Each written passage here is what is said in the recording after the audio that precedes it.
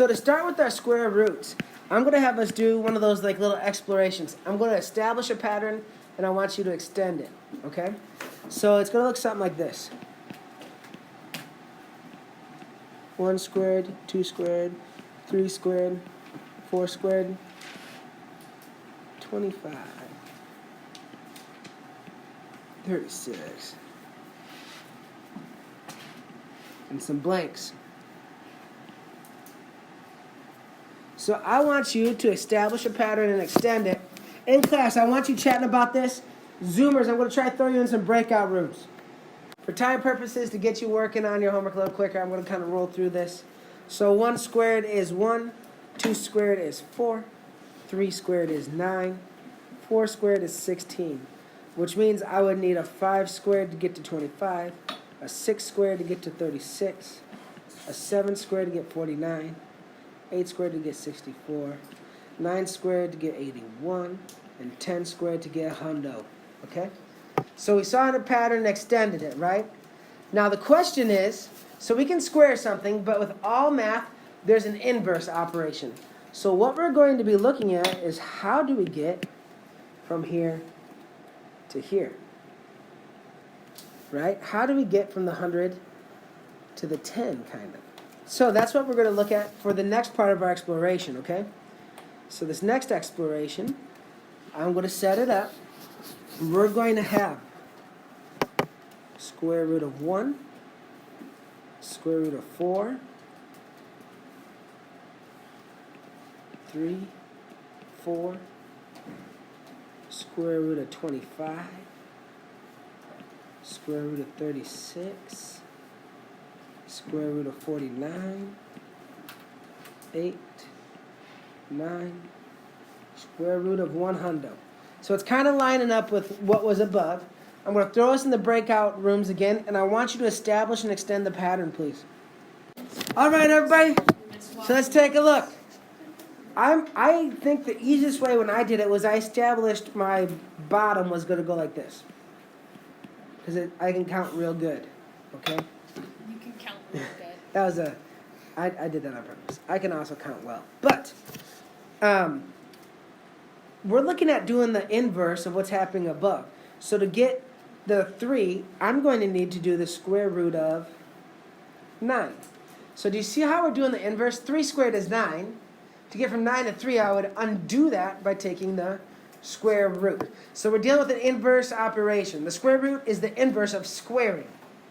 So to get down to 4, I would need the square root of 16. So square root of 25 is 5. Square root of 36 is 6. Square root of 49 is 7. Square root of 64 is 8.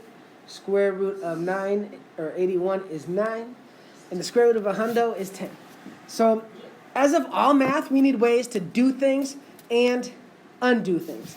And a place you might see the square root is something like, if you know the square has 100 square feet, each side must be 10, because the square root of 100 equals 10. So that's just one quick place you would see it. If you knew the area of a square, you know a side length because you can take the square root of that. All right? It's an inverse to squaring something. Ooh, that's interesting. Okay, there we go, Lauren. All right. So we're going to practice a few square root problems. Just write the answer you think it is, okay?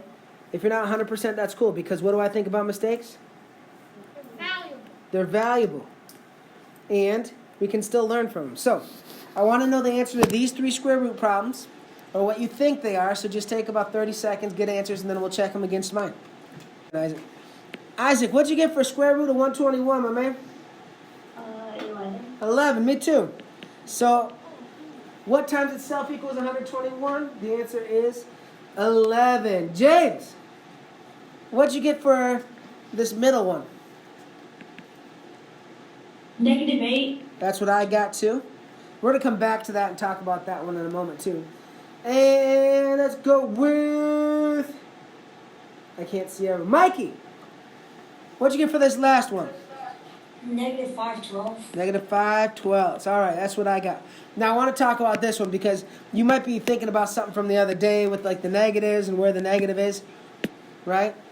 This one is the opposite of the square root of 64. Now, In class, any takers to what the answer to this is? Any takers, John? What you think? Would that be just 8? 8? Okay, so let's test it out. 8 times 8, what does that equal? 64. It Okay. would be the opposite of 8. So negative 8? No. Because negative 8 Well- times negative 8 is... I don't think that. You can't do that. Yeah, I kind of set you No, guys. I that's- set you no. up. I set you No. up. The answer to this is this. No. No solution. This isn't a real number. No. Until you get to advanced algebra or trig, then you're going to learn about this imaginary number thing that's a real imaginary number thing. But that's just something to look forward to some other day. You'll get a way to get something out of this later. But for our purposes, that's not a number. No solution, all right? Because you can't square something and get there. Because positive times positive is positive, negative times negative is negative. I kind of set you up. In a good way. Now you know it. Okay? So next, make sure you give yourself a lot of room on your paper because we're going to make like a kind of a Venn diagram thing. All right? And this is going to be probably the toughest thing on your homework tonight. But if you have this diagram, it's going to make life easier. So you're going to make a big circle or an oval. That's kind of an oval. Okay? And this circle is going to be all of our real numbers, okay? So all the numbers we mess with are real numbers. We could do like a not real over here in the corner. Those are not real, okay? And that would be stuff like divide by 0 or the square root of a negative number like we just established. But don't worry about that at all. There are not real numbers. We're dealing with real numbers, okay? And there's two different types of real numbers. Now I'm going to make 2 different size circles. One has more terms, but one doesn't have more numbers than the other because there's like infinite numbers. So this one's bigger. It doesn't mean there's more of them. This one's smaller. There's just as many. It's just less classification. So this little one, we're going to call it irrational numbers. Okay? This kind of looks like an animal cell right now. A little bit. So we got irrational numbers. And irrational numbers would be things like pi and like the square root of 5. So these numbers would give me a decimal that doesn't repeat, it doesn't terminate, it just goes on and on and on and on, doesn't make any sense. Like 4.75214 ... junk that goes on forever. The square root of 5 is irrational. It's going to pump out a decimal like 2-point junk, and you can't make it into a fraction. Now the most general classification of real number is rational numbers. And you saw this last year, maybe you didn't realize it, but your rational numbers unit last year was all your fraction and decimal operations. Okay? So a rational number is anything that can be a fraction. Okay? A rational number is anything that can be a fraction. So we're talking like 1/4, -5/12, 0.3 repeated. Because what is 0.3 repeated? 1/3. 1/3. That is a fraction, right? So if a decimal repeats or terminates, you have a fraction, right? You guys know that? Like 0.75, that's a fraction, 3/4. So any decimal that repeats or terminates can be a fraction. This is still true. Okay? So a rational number is anything that can be a fraction. Now, you can't just throw pi over 1 and say it's a fraction. You've still got this ugly number in the numerator. But what about the number -8? Can that be a fraction? Yeah, -8 over 1, Yeah. -16 over 2. Yeah, it could be a Okay, fraction. so -8 can be a fraction. So rational numbers are any number that can be made into a fraction. That would include decimals that terminate and repeat. Cool? All right. So within rational numbers, we have integers. Okay? And we already established a definition for integers early in the year. I'm just going to give some examples. So integers are all whole numbers and their opposites. So 0, 1, -1, 2, -2, 3, -3, 4, -4, forever, right? Remember that? So something like 6. Is 6 an integer? Yes. Yeah. Is it a rational number? Yeah. Yes, because 6 over 1. Is it a real number? Yes, okay. So are you seeing how this is kind of within organized, okay? So those are our integers. What about negative 5,267? Is that an integer? Yeah. Is it rational? Yeah. Yes. Is it real? Yeah. Okay. You can kind of see it's in the bubbles. Now there's one other, there's actually two more in here, but we're going to go here, and we're going to go whole numbers. And whole numbers are 0, 1, 2, ... So if, are all integers whole numbers? Like negative 6, is negative 6 a whole number? No. But 6, yes, 6 is a whole number, integer, rational, and so on. And then there's one more inside of There there. is one more, but we're not writing it. It's called natural numbers or counting numbers, and it would just exclude the 0. It's the same thing as whole numbers. It would just exclude the 0, so like 1, 2, 3, would that set 4, would be. 5, 6, Yeah. 7, 8. Yeah, 9. which is, it's kind of like a nuanced difference, so I'm not going to mess with it. Okay.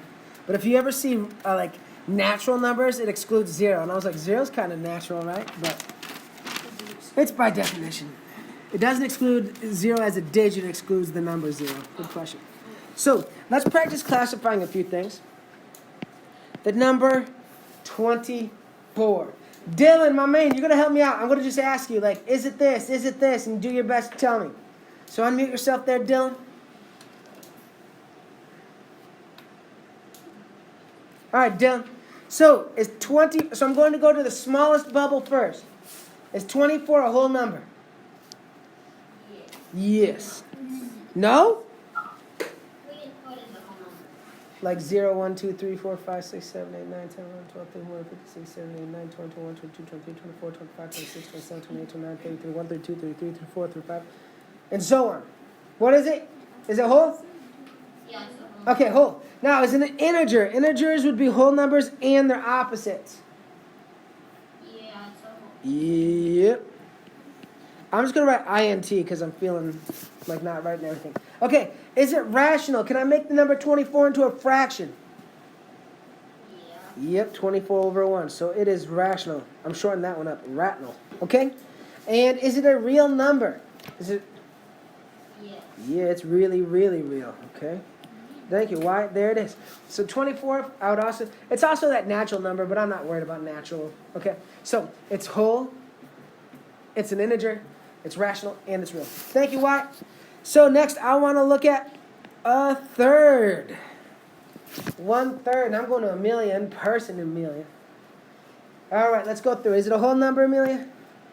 1/3. Okay. Is it an integer?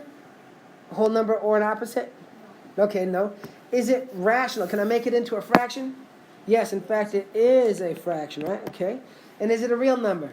Yes.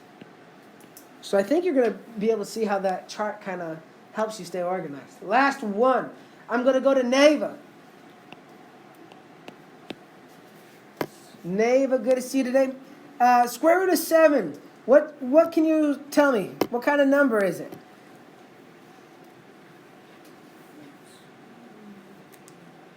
It's an irrational number. It is an irrational number. It cannot be made into a fraction. If you slap the square root of 7 in your calculator, it's either going to say square root of 7, because that's the most simplified square root, or it's going to say like 2-point junk that goes on forever, doesn't make any sense. Now, in your calculator, it's going to stop. Do you know why it's going to stop in your calculator? Because there's not. Yeah, there's a finite number of digits, right? But actually just know that keeps going on, okay? For like, Thanks, Neva. I'm also going to write, it's still a real number. It's not some like fake number. It's really a real number. It's just irrational, which kind of makes sense. If you can't make it into a fraction, if you got a decimal you can't like do anything else with, kind of makes sense. That's irrational, right? yeah, not very much. Yeah, it's not very rational. So that's everything we need, guys.